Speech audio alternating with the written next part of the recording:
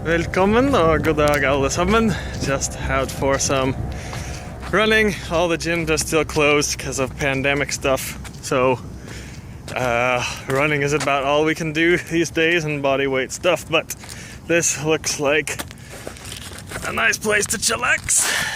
So today I wanted to talk about the Old Norse view of soul and individual. So today in the modern thought, influenced by Christianity or the Abrahamic religions in general, we have two aspects to the individual. We have our body and then we have our soul. Just two. Well, in the Old Norse world we had eight different things that was a part of us as individuals living in the world and living in other worlds too. So I'm going to go over those now. First, you had the soul. They had a concept of a soul. That was the first thing. Second was a spirit. They differentiated the spirit from the soul. They were two different things. Number three was the memory. The memories that we kept and our cognitive ability of our memories. Number four was our thoughts and our mind. That was our kind of functioning brain, our functioning mind that you can call it. Number five was our physical body, our outer shape. That was the fifth one. That's what is similar to our view today, the soul and the body. But number five is what they thought was an actual their physical form or their skin that they walked in. Number six was their luck. They believed that luck followed you around. There was a power of luck that followed you around in your life and led on to other lives as well. And it was also luck. Luck can be thought of in the family too. A family owned a specific power of luck. They had a certain source of luck associated with them.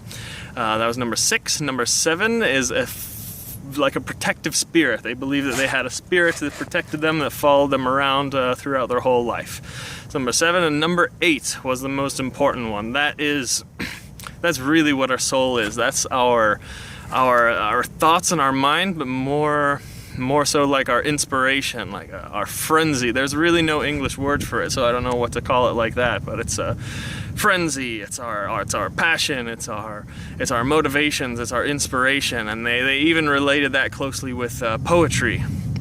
So those are the eight, and some of you guys, if you know the myths well, you will know what I'm talking about when I speak about these. These are the 8 rings of Draupnir. So you remember Draupnir from the Old Norse myths.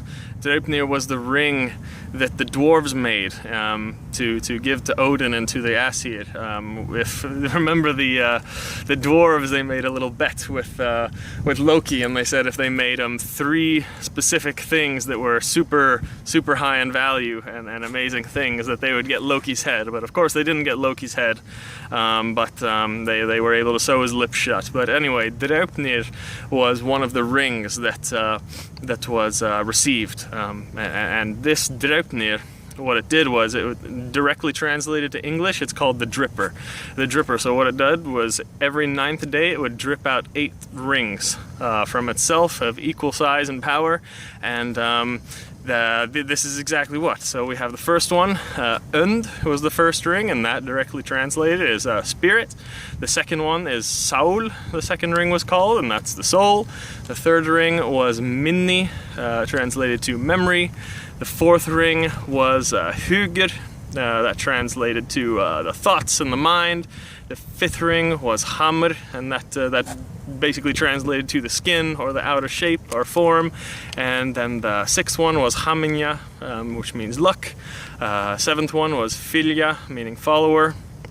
And that's about it. Ódr, sorry, that was the 8th one, Ódr. And that was the frenzy, the passion that you had. This was the real soul, which is where the word Odin is derived from, but I'll go over that in other videos. And I'll go over lots of these in other videos to give a more detailed, background of what each of them meant and how they were used, but basically each of them was every human had these 8 things, but they didn't all come at the same time, and they weren't all with you. Some of them you had forever. They had when they died, some of them in your next lives, and it would follow you on to wherever you go. But some of them you only had in this life, and you didn't all get them at the same time. You didn't all get them when you were born. Sometimes you wouldn't get certain parts of these rings until you went through some initiation, or when you became a certain age. Or say, for example, you got dementia or something. Well, your memories would be gone, but everything else would be there. So that's about it. Yeah, we'll speak more about this in other videos.